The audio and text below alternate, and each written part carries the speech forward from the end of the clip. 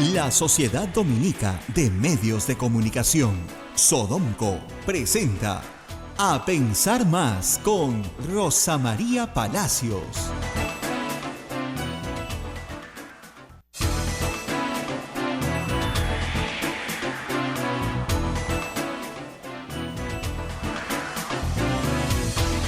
Muy buenos días, señoras y señores, bienvenidos a Pensar Más con Rosa María Palacios a través de las emisoras de la Sociedad Dominica de Medios de Comunicación.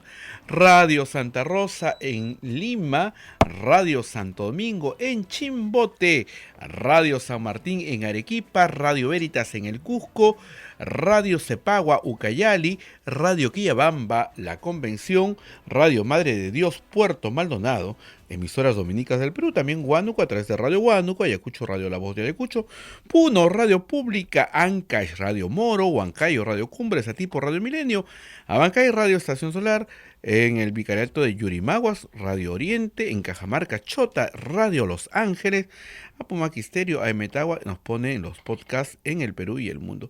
Rosa María, muy buenos días. Muy buenos días a todos, gracias por estar con nosotros una mañana más, acá en Lima con un poquito de sol, pero ya con frío, ¿eh? Está cambiando el clima. Ya cambió completamente, estamos con medias ya, y la alergia empieza, ¿no? Que para mí es un desastre.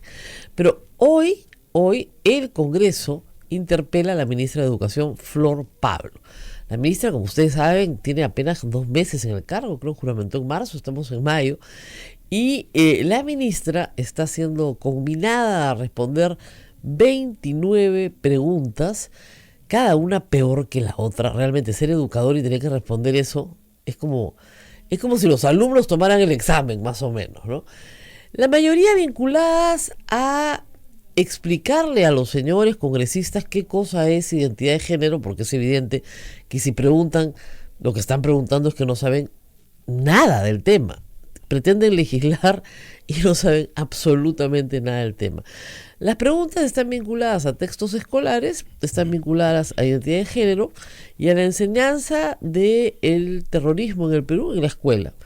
Eso es más o menos lo que tienen las 29 preguntas, ¿no? Ninguna pregunta de infraestructura, ninguna pregunta sobre derechos de los maestros, sobre nada, cero. Lo único que les interesa es el sexo, nada más, básicamente, y el terrorismo, que son más o menos las banderas políticas que han utilizado desde el fujimorismo para perseguir ya. Este es el tercer ministro de Educación que interpelan en menos de 3 años.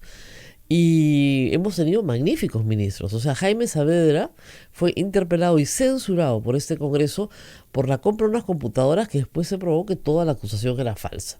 Lo que querían era reventar al ministro de Educación y lo lograron, porque se tuvo que ir. Claro, ahora es jefe de educación del Banco Mundial, viaja por el mundo entero y hace en el planeta lo que pudo haber hecho en el Perú, y que lo hizo muy bien cuando fue ministro. Luego la ministra Martens, que también se la querían volar. Claro, ahí el presidente del Consejo de Ministros se comenzó a dar cuenta que sí, pues no, que era mejor no conciliar tanto. Y fue al Congreso, hizo una cuestión de confianza sobre la permanencia de la señora Marilu Martens en el Congreso, porque le iban a censurar de todas maneras, en el Ejecutivo, perdón, y lo censuraron a él. Muy bien, esa fue la primera censura, que eso es la única buena cosa que salió de ahí. Luego vino el ministro Wexler, ese sí les gustó. Ahí no fastidiaron nada porque ya había sido viceministro con el APRA, entonces les gustaba, perfecto. A pedido, ¿ya? Luego se fue Wexler y llegó Alfaro.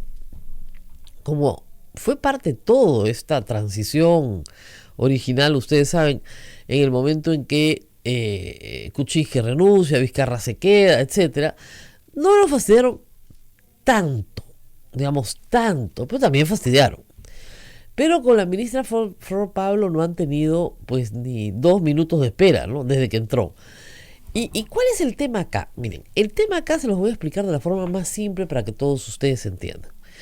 El 80-70% de los encuestados por IEP hace unas semanas señalaban que estaban muy a favor de que a los niños y niñas en el Perú se les enseñe a no discriminarse los unos a los otros por ninguna causa, a tener igualdad de oportunidades, a que no se les impongan estereotipos. Las niñas solo sirven para esto, los niños solo sirven para aquello.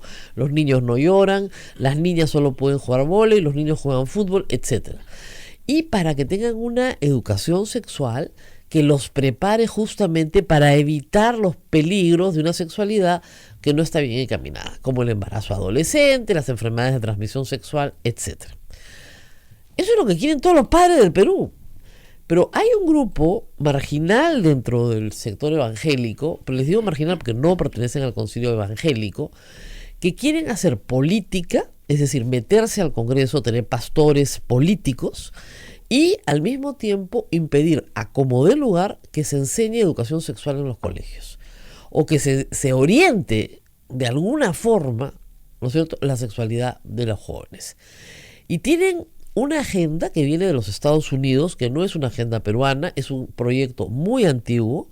Don't Mess With My Children, con mis hijos no te metas, es un proyecto antiguo, viene de los 70s, de iglesias evangélicas muy radicales, que ni siquiera son norma en los Estados Unidos. Ese proyecto ha sido importado a América Latina, ha estado en Brasil, en Colombia es muy fuerte, y acá empezó casi en simultáneo con el gobierno de Kuczynski. Antes nunca habíamos oído hablar de esto.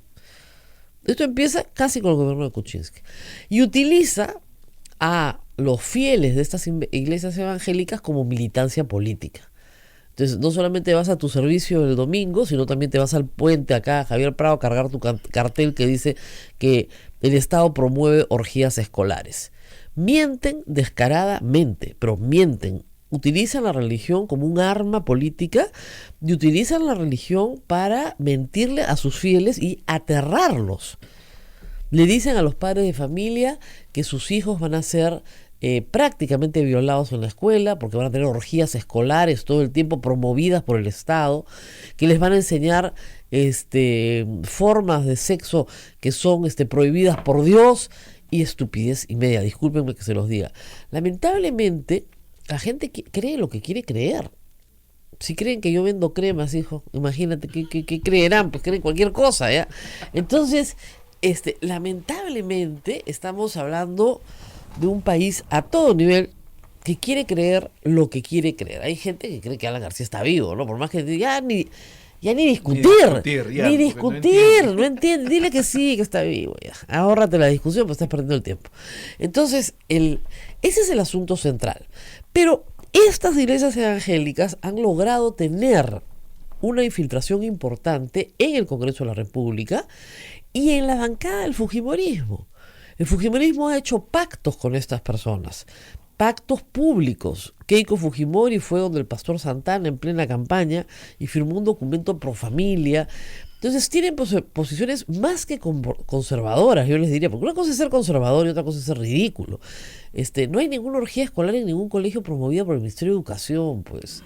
¿Ya? Eso es mentir, y mentir descaradamente. Y lo que es peor, ¿no es cierto?, tomar el nombre de los niños para una causa que no es noble.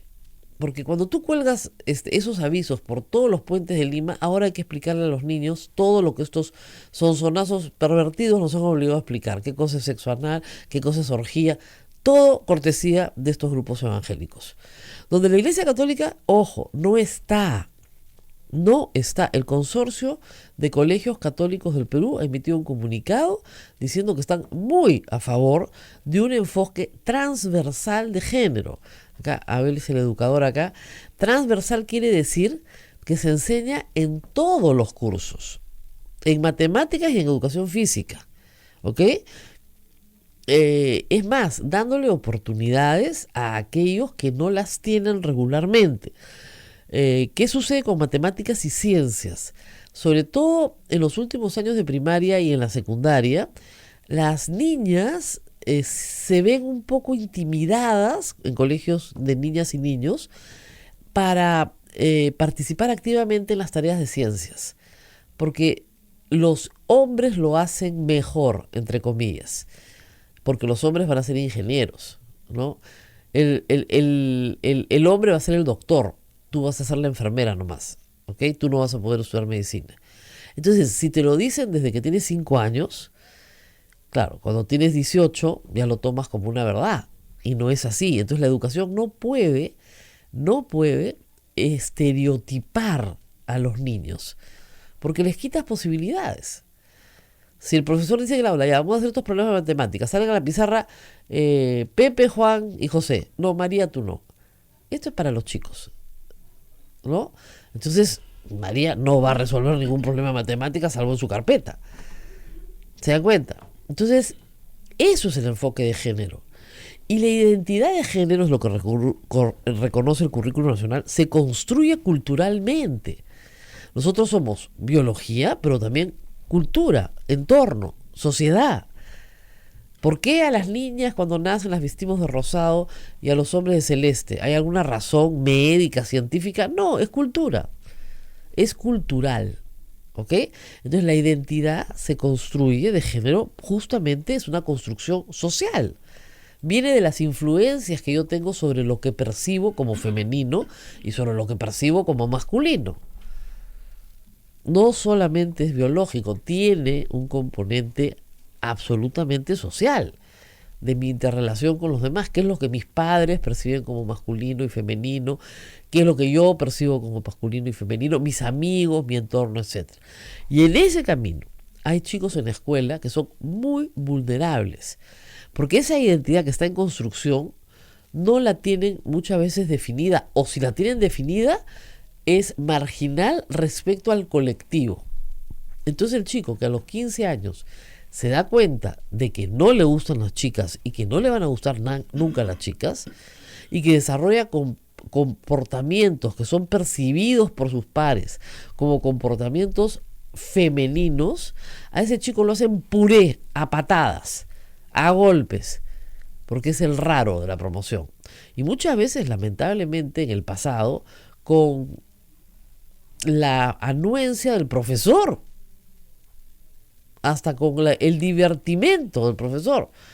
Entonces, eso es lo que hay que sacar de la escuela.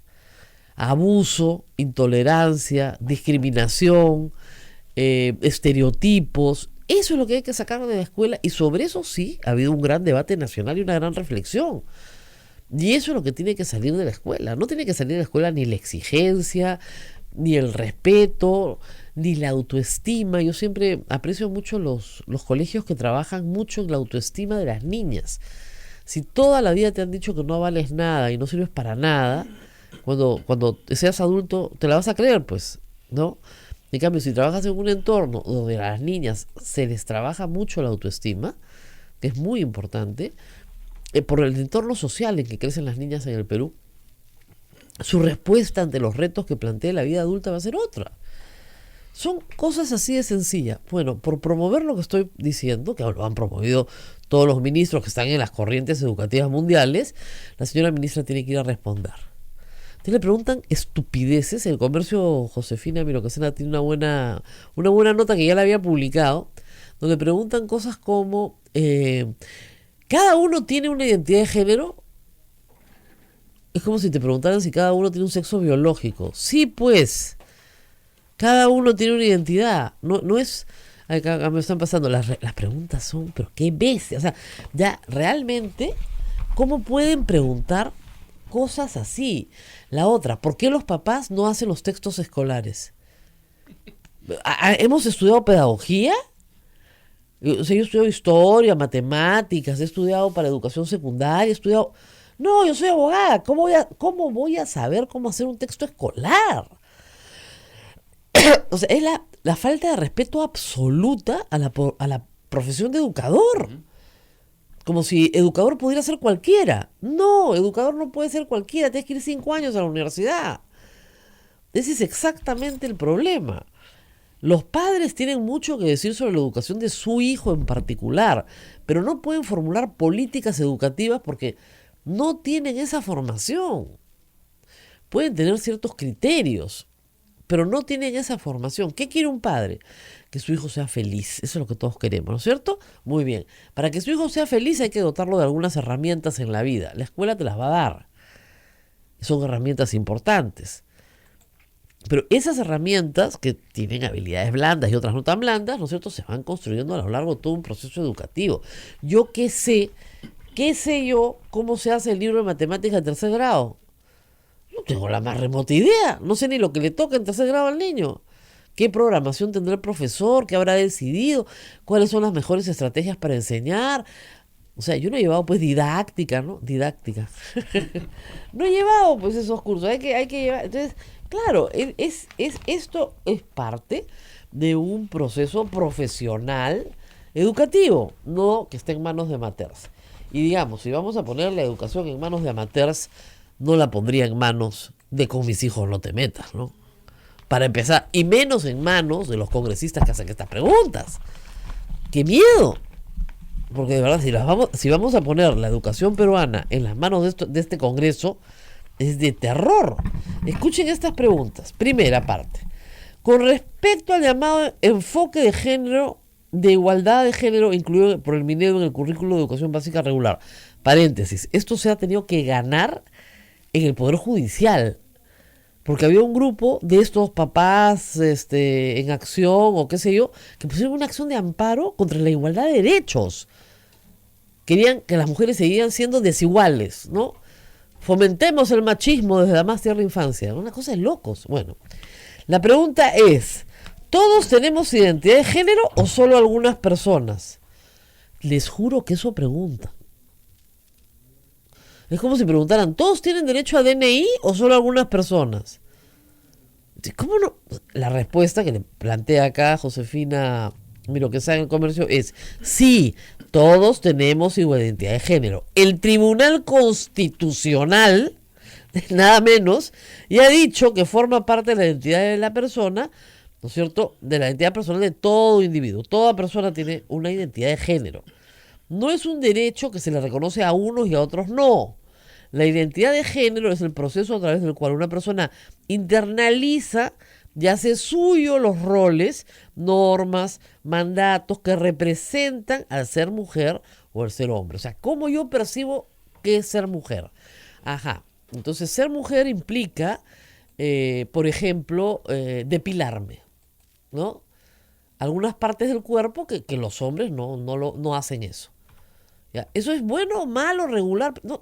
Eso no tiene una valoración moral, es una valoración cultural. Si yo vengo con falda, acá nadie se va a sorprender. Si Abel viene con falda, sí, va a ser un poco raro. Lo vamos a mirar y vamos a decir, Abel, mejor no te pongas falda, ¿no? Entonces, esa es tu identidad. ¿Cómo construyes tu identidad? Con lo que socialmente se percibe como masculino y femenino. Y discúlpenme, esquema corporal se enseña antes de kinder, en preescolar, ¿ya? Este es mi cuerpo, este es mi cabecita, estas son mis orejas, mi nariz, mi ombligo. El niño aprende todo su cuerpo, su esquema corporal es importantísimo, pero importantísimo en el preescolar. Entonces, ¿por qué no voy a aprender, no es cierto, que soy niña o que soy niño? Puedo aprenderlo perfectamente en el preescolar. Esta es muy graciosa, la 2.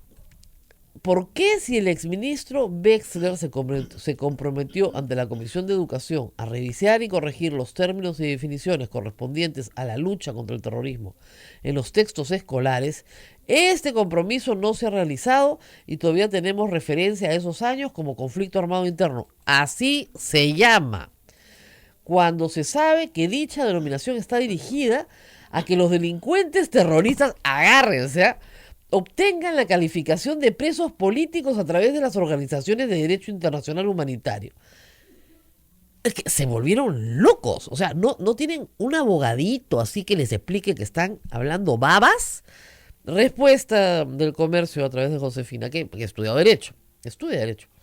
La pregunta afirma que calificar de conflicto armado interno un contexto de violencia terrorista implica reconocer a los terroristas como presos políticos. Eso es falso. ¡Qué bestia! Pero falso como la torre acá de Santo Domingo, ¿eh? El artículo 3 de los Convenios de Ginebra de 1949, que regula los conflictos armados, dicen claramente que, comillas, la aplicación de las anteriores disposiciones no surtirán efectos sobre el estatuto jurídico de las partes en conflicto. ¿Ok? ¿Qué significa esto? Que siguen siendo terroristas porque fueron condenados como tales por el derecho penal nacional. Lo que diga el derecho internacional humanitario no solo no modifica, sino que sus disposiciones también prohíben actos terroristas como atacar a la población civil. La misma CBR, Comisión de la Verdad, dijo sobre el derecho internacional humanitario que su aplicación no entrañó de ninguna manera el reconocimiento del estatus de beligerante a los grupos subversivos armados, ni el estatus de combatiente a los integrantes de dichos grupos, ni de prisioneros políticos o de guerra a quienes resultasen capturados por las fuerzas de seguridad. Hasta el presidente del partido Fuerza Popular, Keiko Fujimori, utilizó el término en la campaña del 2011. No les gusta conflicto armado interno. ¿Y qué michi fue? No pueden decir guerra, porque si dicen guerra, son prisioneros de guerra. ¿Cuántas veces hay que explicar lo mismo? Si dicen guerra, son prisioneros de guerra. Es exactamente lo que no queremos. Es al revés. Pero estas ya, no sé si sean torpezas o ya, de verdad, o ignorancia supina. Pues ya es una cosa que va más allá de la comprensión. Y la ministra de Educación tiene que ir a explicar a estos todo lo que les estoy diciendo. O sea, no pueden ser tan burros, jalaos. ¿Verdad? Todo el tema de terrorismo lo tienen tan confundido. Y para ver cómo maltratan a la policía, porque para eso son buenos, ¿no? Nos contaban, eso es una cosa increíble. El general Colchado, Colchado. Héroe De Chavín de Huántar. Y lo insultaban, porque ella no era héroe de Chavín de Huántar, pues. Ya era, y le preguntaban que por qué había entrado al local de... Usted participó en el allanamiento, le preguntaban a un suboficial del Partido Fuerza Popular, y cuide bien su respuesta, Luis Salgado. Una prepotencia. Estas personas son las que apoyan a las fuerzas policiales y fuerzas armadas en la lucha contra el terrorismo. Mentira, no tiene ni pies ni cabeza. Bueno, el show empieza como a las 10 de la mañana, ¿no? 9 de la mañana empieza el show. Yo la verdad, francamente, ahí yo creo que les voy a decir una cosa. La ministra y el presidente se equivocaron cuando salieron a decir, en los textos escolares hay cosas horribles, espantosas, las vamos a borrar. Han debido decir la verdad. Sí, son errores, los errores se tienen que corregir, pero no podemos hacer un escándalo por algo que está siendo exaltado justamente por la parte interesada. Pero se echaron, pues. Y cuando te echas, viene esto. La mayoría cree que a la ministra la van a censurar. No creo. Prepárate. ¿Tú crees que la censuren? Sí, están recomponiéndose. Las fuerzas del mal se están recomponiendo, pero a toda velocidad. ¿Pero eso no implicaría que el presidente pueda cerrar el Congreso? No, porque tendría que ser cuestión de confianza. ¿Lo has visto con ganas? ¿Alguien ha dicho en el Ejecutivo cuestión de confianza? Nadie. Vamos a hablar de la reforma política también. Sí. ¿Ya? Pero nadie es... no aprueban mi reforma política. Lo mínimo que les pedimos es que recapaciten. Bueno, recapacita. Resultado 0. Nadie está hablando de cuestión de confianza en el Ejecutivo. Se mueren de miedo. Hace 2 meses, desde que empezó el verano, están completamente paralizados. Y el Congreso fujimorista, obstruccionista, se ha vuelto a armar exactamente en las mismas condiciones. Pero exactamente en las mismas condiciones. Entonces, no han cambiado la conformidad a las condiciones. Ayer no se ha podido aprobar la creación de una fiscalía anticorrupción. No se ha podido aprobar. La ley del cine se ha aprobado con las justas en primera votación, porque los fujimoristas no la querían porque la había presentado el señor Pedrosi. Entonces, como lo odian, ya su proyecto no sirve. Y no sacan un proyecto positivo importante para el país. Lo último importante que han sacado fueron los proyectos de reforma política. Y Rosa Bartra se tiró abajo la bicameralidad. Y ella ahora ha encarpetado todo, ¿no? Todo. Ahora les vamos a contar lo que ha pasado. Porque dice, mienten, todos mienten, yo estoy trabajando. Nadie ha dicho que no vayas a trabajar. Por eso te pagan, tienes que ir a trabajar, ¿no? Ahora, una cosa es ir a trabajar y otra cosa es producir un resultado. Vamos a la pausa y regresamos. Más adelante va a estar Daniela Bogatás. Así es. Vamos, regresamos. Sodomco, Sociedad Dominica de Medios de Comunicación. Continuamos con A Pensar Más a través de las emisoras de la Sociedad Dominica de Medios de Comunicación. Rosa María, ¿qué pasa con la reforma política? Bueno, el presidente de la República envió al Congreso 12 proyectos de ley. Lamentablemente se demoraron, en efecto, un mes en mandarlos. Salvador de Solar no los presentó cuando se presentó ante el Congreso. O sea, el mismo Ejecutivo, la verdad es que no les dio la importancia debida. Esa es la verdad. Por más que después ha venido la retórica de decir, sí, les vamos a dar la misma importancia que los proyectos de justicia, nunca le dieron la importancia debida. Y obviamente la señora Rosa Barta ha aprovechado esa debilidad para ella crear una fortaleza. Y su fortaleza es decir, bueno, vamos a hacer un cronograma para discutir estos proyectos. Pero antes tenemos otros proyectos en la comisión, vinculados a algunos de estos temas, otros no. Entonces, 100 proyectos. Entonces, pasan estos proyectos a la cola de la discusión, ¿ok? Y dicen, el resto de partidos le dicen, oiga, pero usted no puede hacer eso. Ah, votación. Y como el fujimorismo sigue teniendo mayoría en la Comisión de Constitución, se aprueba el cronograma de Rosa Bartra, con lo cual los proyectos del Ejecutivo pasan al fondo del cajón. Y son proyectos que tienen una urgencia enorme, porque los proyectos que tienen reforma constitucional tienen que ser aprobados en esta legislatura. No es posible no aprobarlos en esta legislatura. Entonces ayer por fin se abrió el cielo, ¿no? Y el primer ministro Salvador de Solar, se dirige al Congreso y dice, en la práctica están enterrando la reforma, lo cual es verdad. Bueno, eso es lo que ha pasado.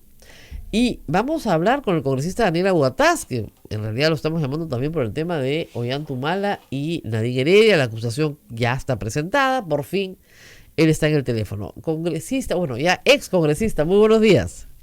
Buenos días, Rosa María, ¿cómo estás? Bueno, empecemos por el tema de los Humala. ¿Cómo ha recibido usted esta acusación, acusación fiscal contra ellos?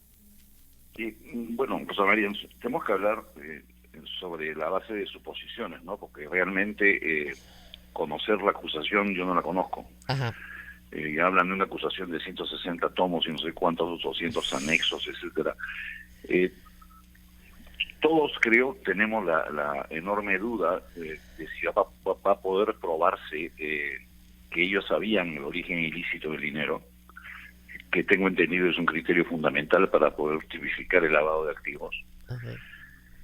Y hasta ahora que sepamos, no hay elementos que sustenten la afirmación formulada por el fiscal. Más bien hay lo expresado por Barata, que dice lo contrario, que ni él mismo sabía que eran dineros ilícitos. A mí me llama la atención, Rosa María, no solamente por el caso de los Humalas, sino en general por los casos donde ha habido, digamos, ingresos de dineros no regulares, por llamarlos de alguna manera, siendo funcionarios o no siendo funcionarios públicos, que no se haya buscado configurar delitos que, aunque parezcan menores, sí irían directamente a luchar contra la impunidad que la población reclama. Ajá. O sea, a mí me da la impresión que están yendo sobre el máximo delito, pudiendo tener los elementos, ¿no? Como el caso de falsedad genérica O obstrucción, obstrucción, ¿no? Que también hubiera podido ser. Claro.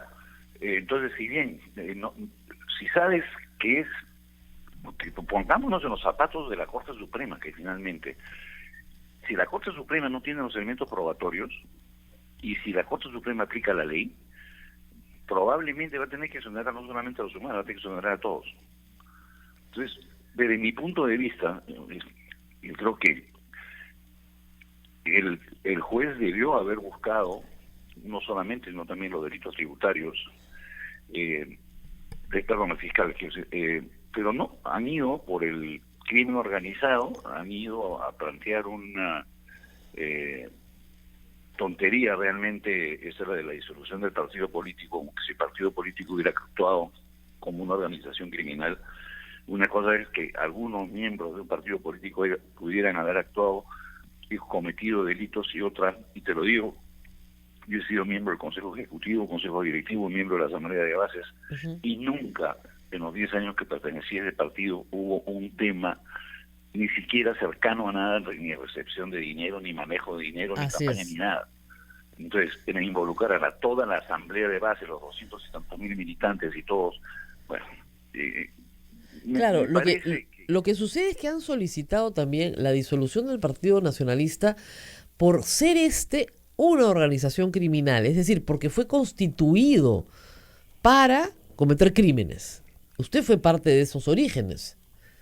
Yo te digo, yo lo rechazo rotundamente. O sea, para mí es un agravio. O sea, nosotros, yo personalmente creo que el 100% de los militantes hemos entrado a la política tratando de ayudar a nuestro país.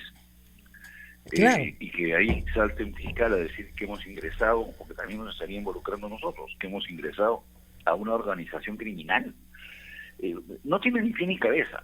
Y lo peor de todo, Rosa María, creo que tú, como el 100% de los peruanos, queremos que se luche contra la corrupción.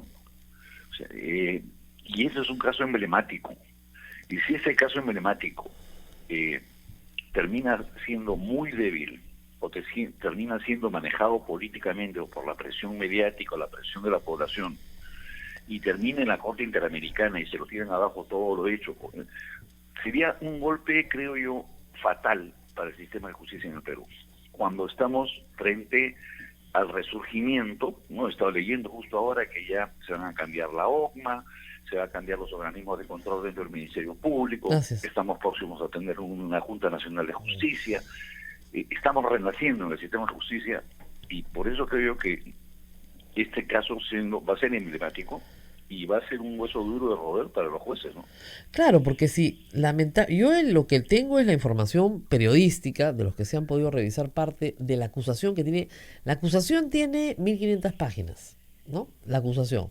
Básicamente es un compendio de testimonios, etcétera. Pero sobre que los Humala conocían o podían presumir que el dinero era de fuente ilícita, el fiscal no aporta nada nuevo. Lo que dice es que estaban en posibilidad de haberlo conocido. Eso no alcanza para una condena en el Perú por lavado. Y es posible que en el camino sean absueltos en alguna instancia, lo cual va a generar un enorme malestar, porque la gente va a protestar pensando que se les ha tratado con blandura, y lo que sucede es que no está el tipo penal en el Código Penal. Y ese es el grave riesgo que estamos corriendo con la actitud asumida por el fiscal Juárez Atoche, que tengo entendido que más de un especialista que ha tenido oportunidad de conversar con él le ha expresado los peligros a los que se está presentando y las posibilidades de poder acudir a la FAC. Está corroborado de que se han incorporado nombres de aportantes falsos.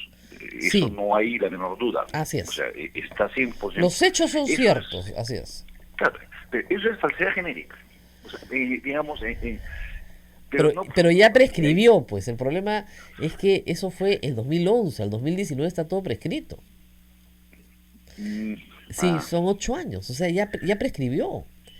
Entonces, el problema del fiscal y los fiscales en el Perú es ese, o sea, no te puedo acusar de lo que debería acusarte, entonces te pongo un tipo penal más grave que tiene una condena de 20 años, entonces de esa manera puedo yo jalar la posibilidad de llevarte a juicio.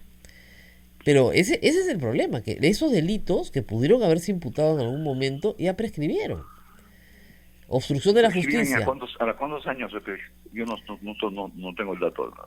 Creo que falsedad genérica es 4, la máxima. O sea que a 8 ya prescribió. Porque la pena máxima por falsedad son 9 años. ¿Perdón? Creo que es sí, pero digamos, los va a agarrar con la prescripción en medio del proceso. Y eso es bien complicado. Entonces ya no hay cómo. Y además, el problema es el siguiente. Los jueces solamente pueden procesar por los tipos penales que te imputan en la acusación. No pueden cambiarte el tipo penal. Si el fiscal no acusa, no hay nada que hacer.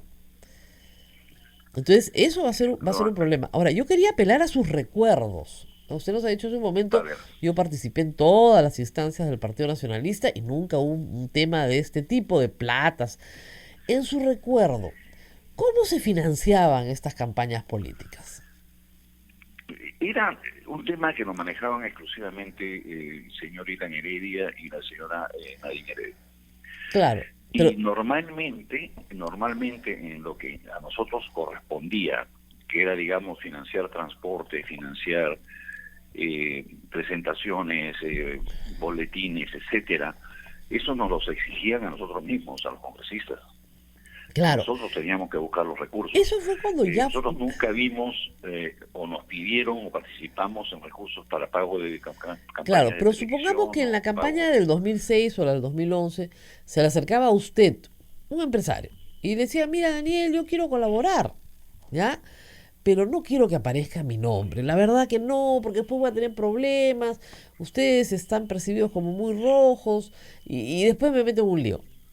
¿Qué se le decía a esa persona? Bueno, normalmente en mi caso no se recepcionaba el dinero.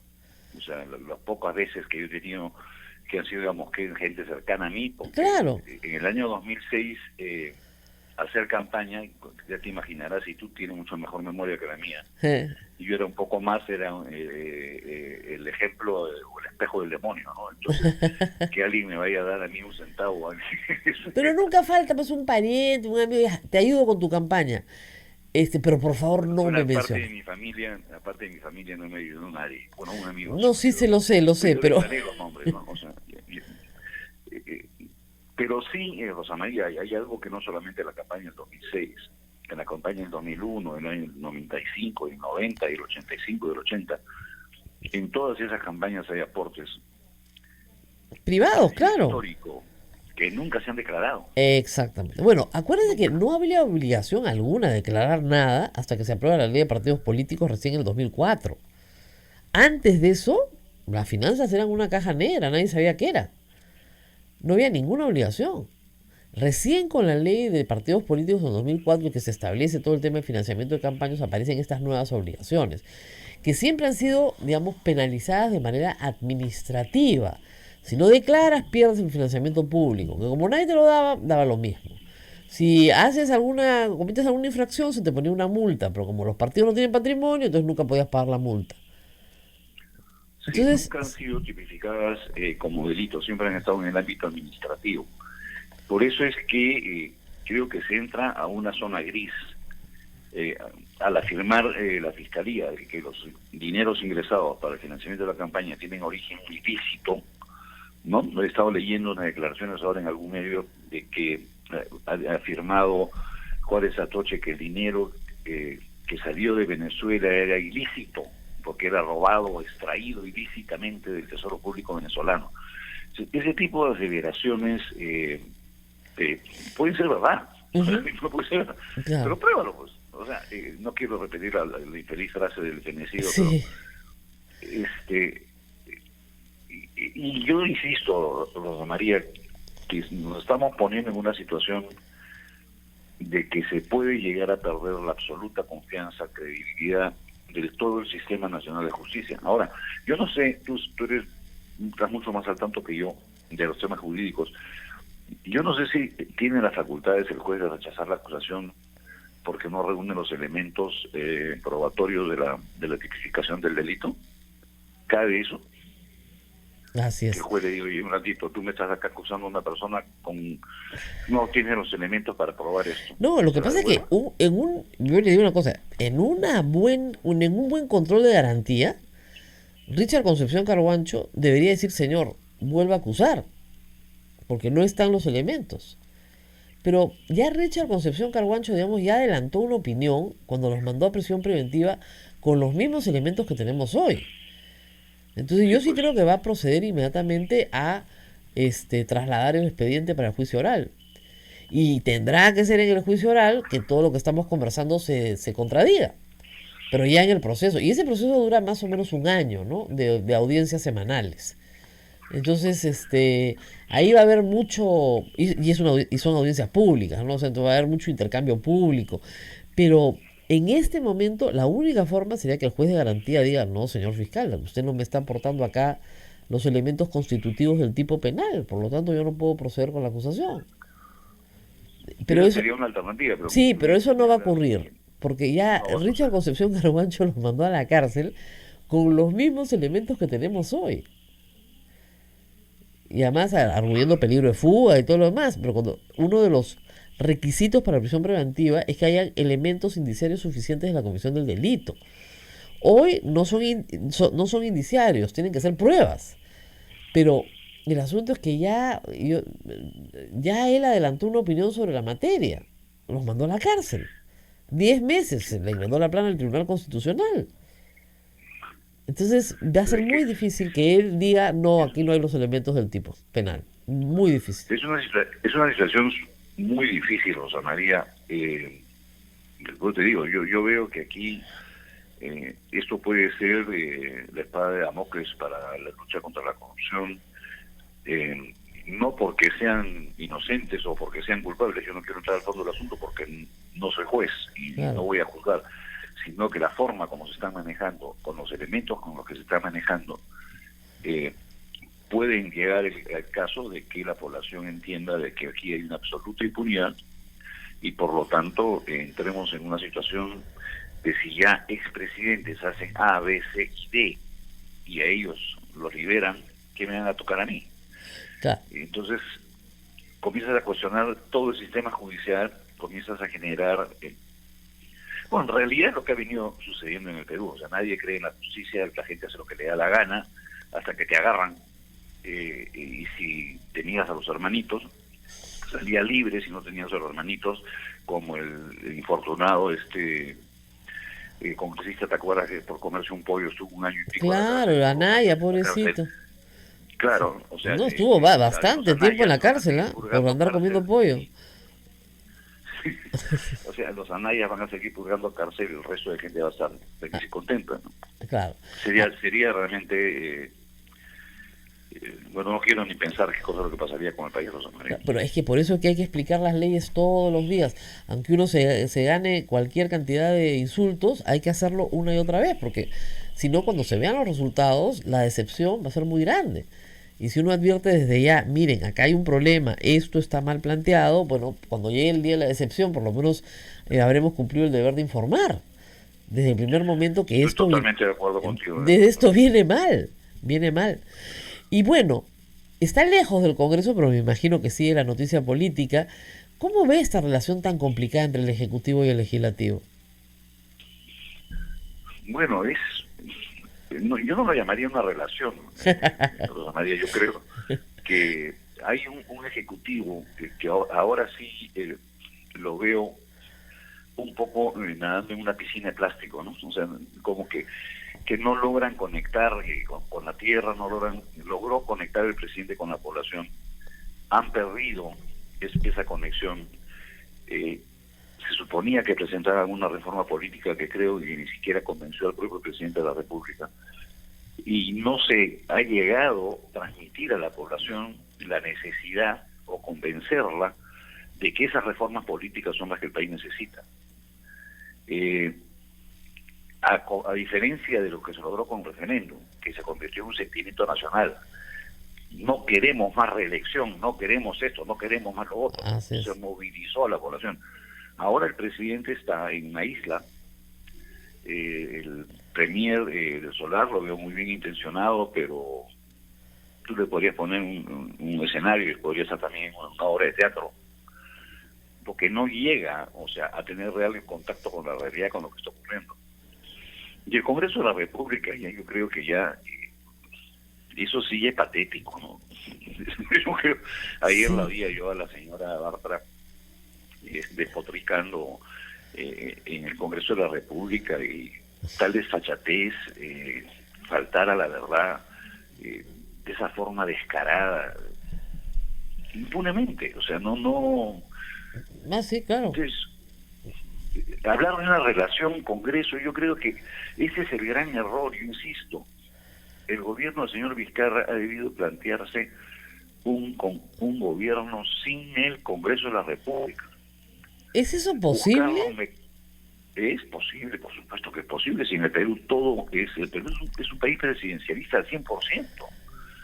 Mira, no hay norma que apruebe, inclusive por insistencia el Congreso, que pueda ser efectiva o se aplique si el Ejecutivo no quiere. Claro, podría declararse en rebeldía, ¿no? Pero es complicado porque le censuran a los ministros de uno en uno, ya no censuran Cierras el gabinetes. Congreso en la primera, o sea, cierras el Congreso en la primera. O sea, es que ese es lo que yo creo que no ha querido entender Vizcarra, que la Constitución que hizo Fujimori fue hecha para perpetuarse en el poder y para que el presidente tenga todos los elementos para maniatar y manejar el Congreso como le dé la gana. Entonces, yo creo, o están pecando de intención de ser demócratas, o no saben a dónde están parados. Te lo digo, yo he estado 10 años dentro del Congreso. Hemos hecho las 1001 para poder tratar de cambiar cosas elementales como lucha contra la anemia, la educación en los colegios, el deporte, la educación física, la desnutrición crónica, la atención en los hospitales. Absolutamente nada. O sea, puedes hacer todas las leyes que quieras, todas las inspecciones que quieras. No cambias nada si el Poder Ejecutivo no lo quiere. Bueno, Entonces, si no destina el lo saben, presupuesto, así es. que se vayan a su casa, pues. Si no lo saben, que se vayan a su casa. Usted cerraría el Congreso, forzaría la segunda censura. Definitivamente, o sea, que no podemos llevar el país al descalabro en el que estamos encaminándonos. Sí, Lo pues. que yo haría, Rosa María, es una campaña, no tengo la fuerza ni Claro. ni los recursos. Lo que el país necesita es una asamblea constituyente. El país ha cambiado, necesitamos un nuevo acuerdo social, un nuevo contrato social.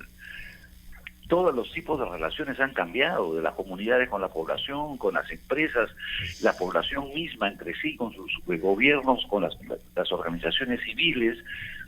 Si a mí me preguntaran qué cosas tienen que hacer, yo mañana convocaría una asamblea constituyente. Me lo autorice o no me lo autorice, hago un referéndum para que se convoque una asamblea constituyente. Bueno, no se puede, ya se lo han explicado muchas veces, porque la Constitución no permite esa reforma, pero sí puede darse, como usted dice, una solución política, ¿no? Eso sí es posible. Siempre ha sido así, además. Bueno, Sí, muy bien. sí. Muy bien, congresista. Qué bueno que lo encuentro ya más, o sea, alejado de las políticas, pero siempre mirándola. Sí, de vez en cuando un poquito. Muy bien. Muchísimas gracias Te por felicito estar. por tu nuevo programa, Rosa María. Muchas gracias, muchas gracias. Estamos de lunes a viernes a las 8. Lo voy a llevar a... Yo trabajo de 8 a 8. Muy bien, muchísimas gracias. Vamos a la pausa nosotros y tenemos algunas cosas más que compartir. Vamos a compartir preguntas ahora. Regresamos en un instante. Sodomco, Sociedad Dominica de Medios de Comunicación. Continuamos con A Pensar Más a través de las emisoras de la Sociedad Dominica de Medios de Comunicación: Lima, Radio Santa Rosa; Chimbote, Radio Santo Domingo; Arequipa, Radio San Martín; Cusco, Radio Veritas; Ucayali, Radio Cepagua; La Convención, Radio Quillabamba; Puerto Maldonado, Radio Madre de Dios; en Huánuco, Radio Huánuco; Ayacucho, Radio La Voz de Ayacucho; Puno, Radio Pública; Ancash, Radio Moro; Huancayo, Radio Cumbres; Atipo, Radio Milenio; Abancay, Radio Estación Solar; Yurimaguas, Radio Oriente; Cajamarca, Radio Los Ángeles; Apomaquí Estéreo, de Metagua. Nos ponen los podcasts en todo el Perú y el mundo. Rosa María. Bueno, hay una guerra en Twitter ahorita del hashtag Educación con Igualdad. Ya. Hay convocado un tuitazo a las 10 de la mañana para que todo el mundo participe. Y por supuesto el hashtag Con mis hijos no te metas también está. Pero les digo, el Educación con Igualdad lo está arrasando, ¿eh? Porque la gente Con mis hijos no te metas, ese hashtag, escribe tonterías, ¿no? Que la ministra quiere destruir la inocencia de las niñas, además la personal, ¿no? ¿Por qué no se mete con sus hijas, con sus sobrinas, con las hijas de sus amigas, para que les enseñe sexo grupal? O sea, ¿cómo puede ser la gente? A veces uno se agarra la cabeza y dice, no puedo creer lo que estoy viendo. Pero sí es realidad, esto es real. Esto es real, esta gente escribe estas estupideces. Yo los tengo a todos bloqueados. Pero si ustedes entran a los hashtags a esta hora en Lima, por lo menos en la ciudad de Lima, Educación con Igualdad, número 1. ¿Qué es lo que todos queremos? Educación con igualdad. No queremos grupos radicales que utilizan la educación peruana o el Estado peruano para apropiarlo desde su punto de vista religioso, que ni siquiera es muy religioso, porque les contaré que el Concilio Evangélico no apoya a estas personas. Pero si nos vamos a poner así de radicales, ¿no es cierto? Como siempre digo, regresamos a la única religión verdadera y se acabaron los de Con mis hijos no te metas, ¿eh? ¿Para qué queremos libertad de culto si se van a portar así? Entonces, bueno, así es pues. Son tan, o sea, totalitarios. Bueno, vamos a darles pues una cucharadita de su propio menjunje. O sea, si eres totalitario, entonces tú tienes la verdad única y exclusiva, perfecto. Entonces, chao. Porque la única religión verdadera es la católica. A mí me lo enseñaron así en el catecismo bien claro. Y sacamos a toda esta gente. No. Bueno, entonces si van a tener libertad de culto, no mezclen pues las cosas. Sus ideas pervertidas sobre el sexo, porque es una perversión colgar carteles como los que han colgado. ¿Ok? No me vengan a mí con cuentos. Entonces, si van a hacer eso, bueno, muy bien. Entonces, aténganse a las consecuencias de que no van a pasar. Educación con igualdad para todos.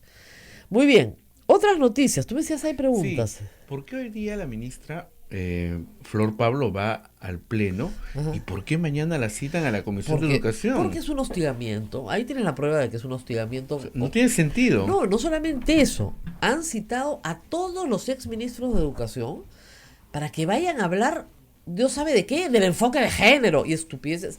5 exministros han citado. Entonces, mi recomendación personal es que no vayan. Sobre todo los que ya no son funcionarios públicos. El que es funcionario público tiene alguna obligación de ir, pero el que no es funcionario público no tiene por qué ir. Entonces, un exministro, que no voy a dar su nombre, me preguntaba, ¿pero qué pasa si no voy? ¿Me van a llevar de grado o fuerza? Que te lleven a la fuerza, pues, enmarrocado que te lleven.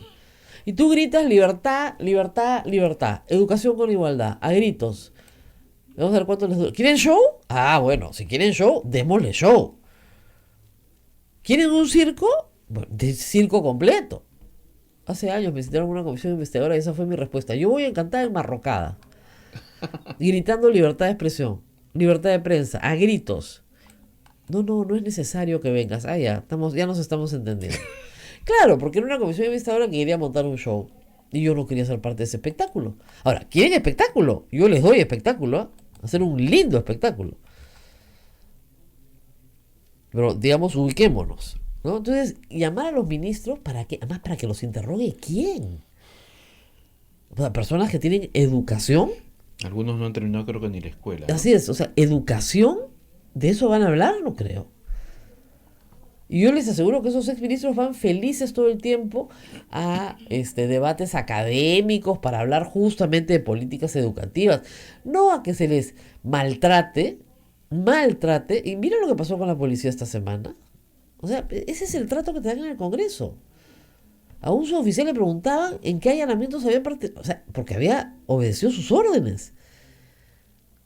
Luz Salgado ayer, que siempre se supera a sí misma, ha dicho que Vizcarra quiere convertir al país en una Venezuela. Se paró en el Pleno y lo dijo.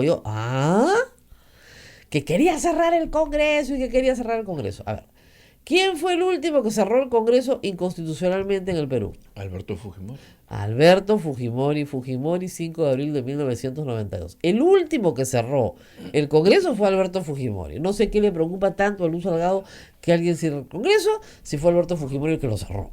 Y desde 1992 nadie más lo ha vuelto a cerrar. Y eso fue inconstitucional. Pero se puede cerrar el Congreso constitucionalmente. Y como estos no se quieren ir, porque nadie los va a reelegir, no se quieren ir, aunque algunos días parece que sí quisieran, pues bien fácil. Yo estoy de acuerdo con el señor Bogotá, no en la parte de la Asamblea Constituyente, porque creo que no se puede, pero sí en la parte de forzar la cuestión de confianza. Ustedes no quieren aprobar mis proyectos de ley para cambiar el sistema de elecciones en el 2021. Muy bien, hago mis proyectos cuestión de confianza. Va mi primer ministro, que lo debieron haber hecho en marzo, dicho sea de paso. Va mi primer ministro, los presenta. ¿No les gustan? Censúrenme, pues.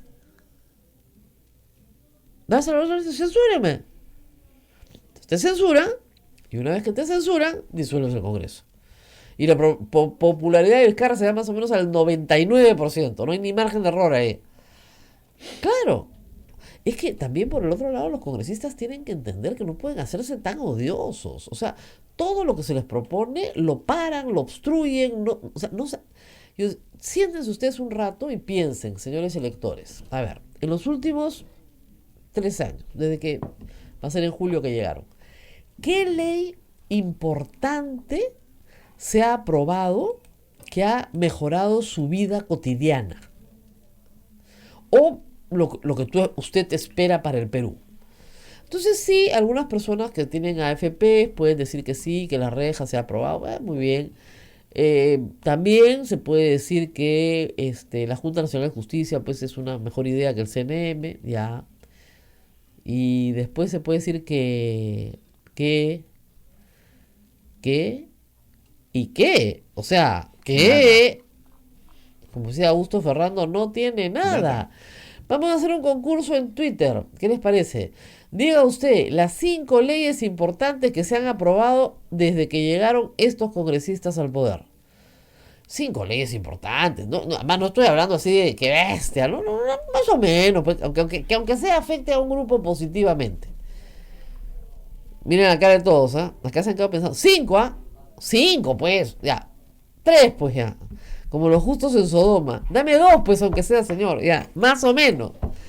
De verdad. Que no sean iniciativa del Ejecutivo, vamos, para hacerlo un poquito más difícil. Que hayan chambeado los congresistas. Ya, la ley del plástico me parece positiva. Eso lo sacó Guido Lombardi. Bien. Que costó Dios y su ayuda. Positivo. Y me falla la memoria. Deben haber miles de leyes buenísimas que hemos olvidado y no estamos conscientes de todo lo que nuestros congresistas hacen por nosotros. Y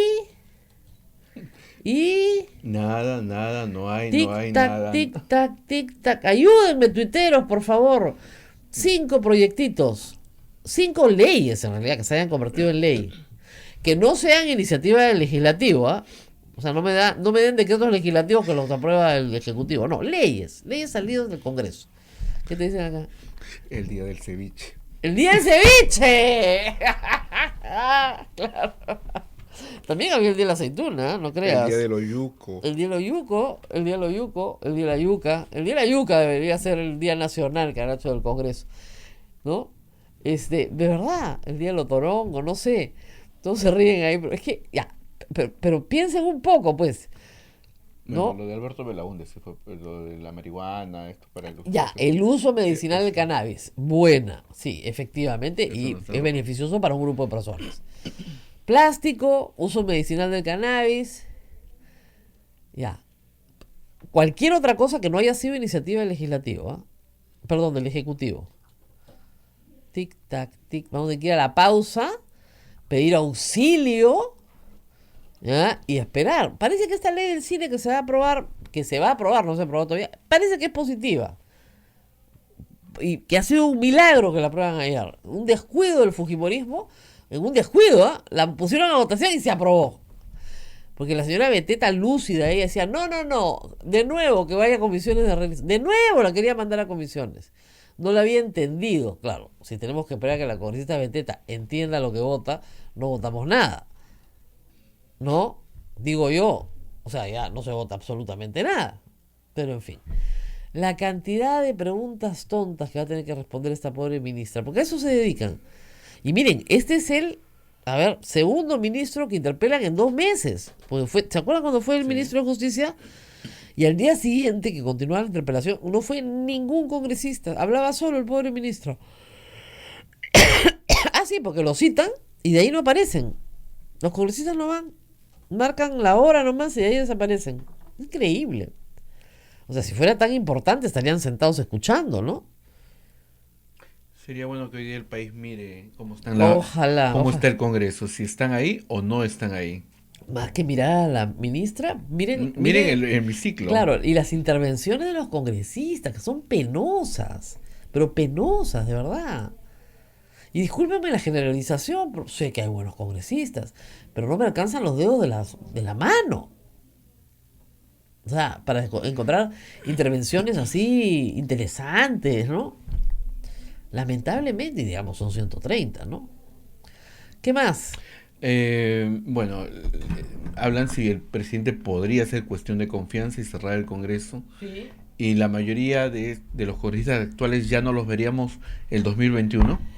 Eso pues es gracioso, porque claro, lo que dice la norma es que no puedes postular al Congreso cuando eres congresista. Cuando convocan elecciones, si disuelven el Congreso, todititos estos se pueden presentar. Entonces les conviene, de repente les conviene cerrar el Congreso. Pero habrá que decir que yo dudo mucho que después de ¿cómo les explico? Despliegue, algunos se puedan reelegir. Porque la verdad es que el castigo va a ser, si no hubiera habido la prohibición de reelección, el castigo iba a ser durísimo igual, pero exactamente igual. Estamos hablando de partidos que podrían estar por desaparecer, porque además piensen ustedes que si el Partido Nacionalista Peruano tiene en este momento una solicitud en la acusación para ser disuelto, lo mismo va a ocurrir con Fuerza Popular, porque es exactamente el mismo caso en Espejo. Por eso ayer, muy gracioso, oye, todos los partidos políticos firmaron una carta diciendo que, urgiendo, digamos, al fiscal a que retire eso. Porque claro, si esto se disuelve en todos los partidos del Perú, si todos han recibido plata igual. Igualito, el APRA ha recibido, Fuerza Popular ha recibido, el PPC ha recibido, bueno, Perú posible ya no existe, pero digamos, todos los partidos Han recibido plata. que han estado en la recta final, han recibido plata de esa manera. Tendrían que solverlos a todos. Ángel pregunta si el presidente quisiera, Sí. ¿podría ser cuestión de confianza para que se apruebe automáticamente las reformas de los partidos políticos? Sí, yo creo que sí. El Congreso dice que no, porque el presidente no legisla. El presidente, por supuesto, que legisla por facultades delegadas. Entonces, va y dice, hago cuestión de confianza para toda la legislación. Facultades delegadas. Y hago cuestión de confianza, facultades delegadas. Y él al día siguiente promulga todo. Salvo las reformas constitucionales. Porque esas sí no las puede sacar por facultades delegadas. Pero, sobre la reforma constitucional, puede ir con los proyectos y decir, o me lo aprueban como está, o yo doy por censurado a mi ministro. No, que no lo vamos a censurar. Ustedes, si no lo aprueban como está, ustedes no han aprobado la cuestión de confianza. Sí lo puede hacer, pero tienes que tener pues una fortaleza que la verdad no la estamos viendo, ¿no? No exhibe esa fortaleza que todos quisiéramos ver, que sí la vimos el año pasado, pero que en este momento no. Hay una especie de miedo, no se usan las palabras en el momento adecuado. Yo veo que están en PPK mode, o sea, modo PPK, ¿no? Mira, modo Zavala, no hay que confrontar, hay que llevarnos bien, lo importante es llegar a consensos. Ya, ¿qué parte de no quieren consensuar contigo no entiendes? No quieren, pues, igualito que la otra vez. Si esta película ya la vimos. Ya sabemos cuál es el final. Además, hasta con los mismos personajes, ¿no? Llaman a la ministra de Educación, o sea, repetidas. ¿No? Ni siquiera es que llamen al de, no sé, Agricultura, no. Llaman a la ministra de Educación. Entonces la fastidian. Después la censuran. Después comienzan a llamar a otros ministros, también para censurarlos. O sea, es el mismo juego. No quieren ningún... Y tus proyectos, olvídate. Yolanda pregunta si cierran el Congreso, ¿podrían continuarse, firmarse la reforma judicial y la reforma política? Sí, porque ya la judicial con la Junta Nacional de Justicia está en marcha. Ese es un proceso autónomo. Solo esperemos que hoy día, en la noche, me parece que a medianoche, cierra ya la inscripción de candidatos. Esperemos que los nombres sean conocidos en los próximos días para que se puedan formular tachas, observaciones, etcétera. Pero ya se están cerrando. Gino Costa decía que hasta hace 3 días habían 11 personas nada más. Es bien poco. Tiene que haber una masa muy grande de abogados presentándose. Ahora, claro, exigen algunos requisitos, sobre todo de tiempo de vida profesional. Y no es fácil tener 30 años de vida profesional, ¿no? Más maestrías, doctorados, publicaciones, vida académica. O sea, los requisitos son fuertes, y no todo el mundo los tiene, ¿no? O sea, pueden haber excelentes abogados que tienen una trayectoria de menos años y no tienen pues la vida académica como para participar en un concurso, ¿no? Entonces es complicado. Acá nos preguntan, ¿por qué existe la prescripción en el Perú? Y otro oyente dice, si un crimen no prescribe, ¿por qué prescribe el delito del criminal? No, se no entendió nada. A ver. Una persona pregunta, ¿por qué existe la prescripción en el Perú? Porque, a ver, ¿cuál es el fin de la pena? Nos remontémonos a la Constitución. Rehabilitar, resocializar, reinsertar a la persona en la sociedad. ¿Ok? Se supone que el Estado persigue las conductas antisociales, las conductas ilícitas que atentan contra la persona y contra la sociedad y contra los bienes que están jurídicamente protegidos, que siempre son la vida, la libertad, el honor, la dignidad, el patrimonio, etcétera. Muy bien. Pero resulta que el Estado tiene un tiempo para perseguirte, porque si no te ha perseguido en ese tiempo y tú no has cometido ningún otro hecho ilícito, se presume que te has reinsertado en la sociedad. Y además se presume que el Estado tiene que tener un plazo para perseguir a la gente. Y esos plazos funcionan de prescripción en la vida civil también. O sea, si tú me debes plata y yo no te la reclamo, y pasan 20 años, yo no tengo nada que reclamar. Todas las obligaciones tienen plazos de prescripción. Todas. ¿No es cierto? Están en el Código Civil. Y del mismo modo, la capacidad de la Fiscalía de acusar a alguien por un delito prescribe. Es decir, tiene un plazo de tiempo, no es para siempre. Si yo, digamos, robé, en 20 años nadie se dio cuenta, y yo ya estoy absolutamente reinsertado en la sociedad, una vida normal, etcétera, ya no me van a poder perseguir porque ya prescribió. Y la prescripción es para eso, para que la Fiscalía se ocupe en el momento, ¿no es cierto?, de hacerlo. Hay ahora una discusión mundial sobre la imprescriptibilidad de algunos crímenes, por ejemplo, las graves violaciones de derechos humanos. ¿Por qué? Porque se presume que en el momento en que estas graves violaciones se cometen, no hay ninguna posibilidad, ninguna, de que la Fiscalía autónomamente persiga al delincuente. Porque son regímenes dictatoriales, porque estás bajo el imperio de la fuerza y no de la ley. Entonces, el plazo es no solamente mucho más amplio, sino que se permite que terminado el conflicto, recién se pueda juzgar a estas personas. Esto se utiliza sobre todo para conflictos armados internos, etc. ¿No es cierto? Que se dan en el mundo entero. Hay también otra variación hoy día internacional en los plazos de prescripción que son bien interesantes. Por ejemplo, para violaciones de menores de edad.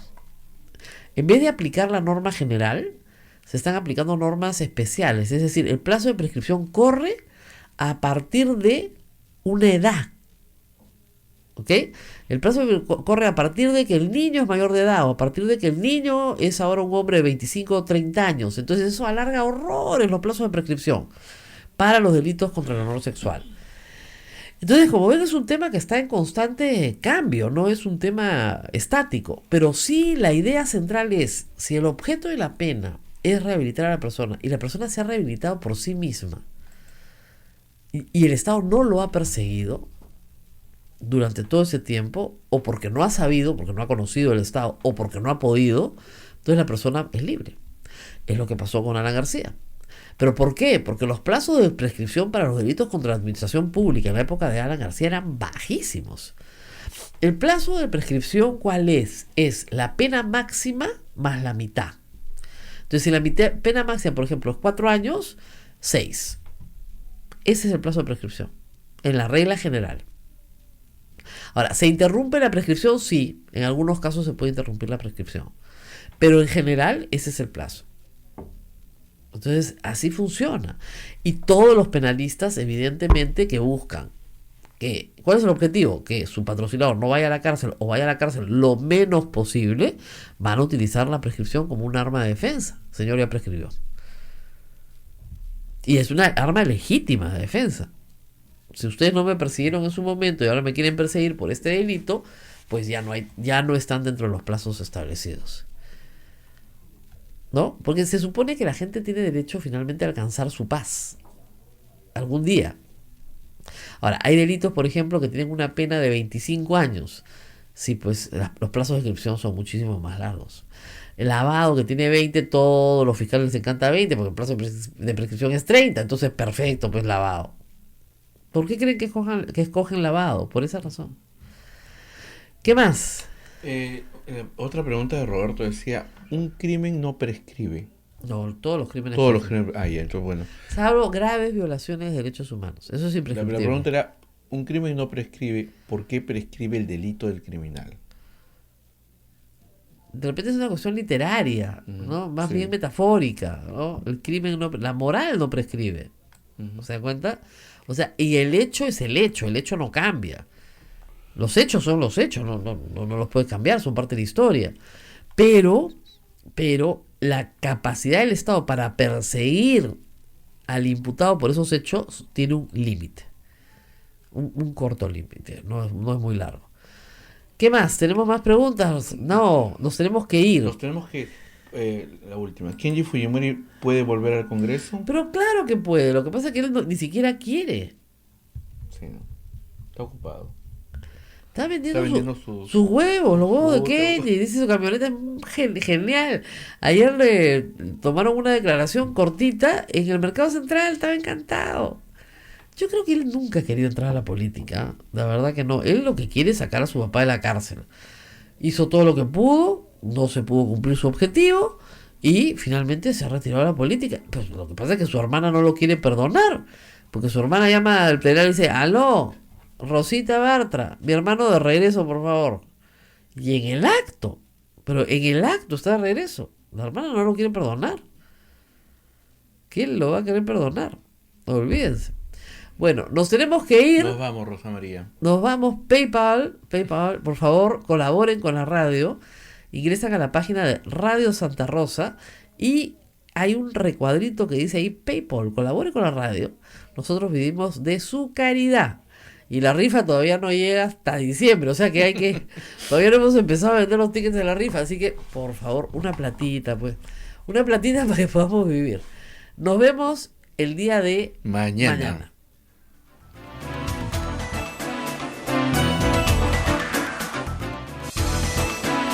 Hasta aquí, A Pensar Más con Rosa María Palacios. Este programa fue producido por la Sociedad Dominica de Medios de Comunicación, Sodomco.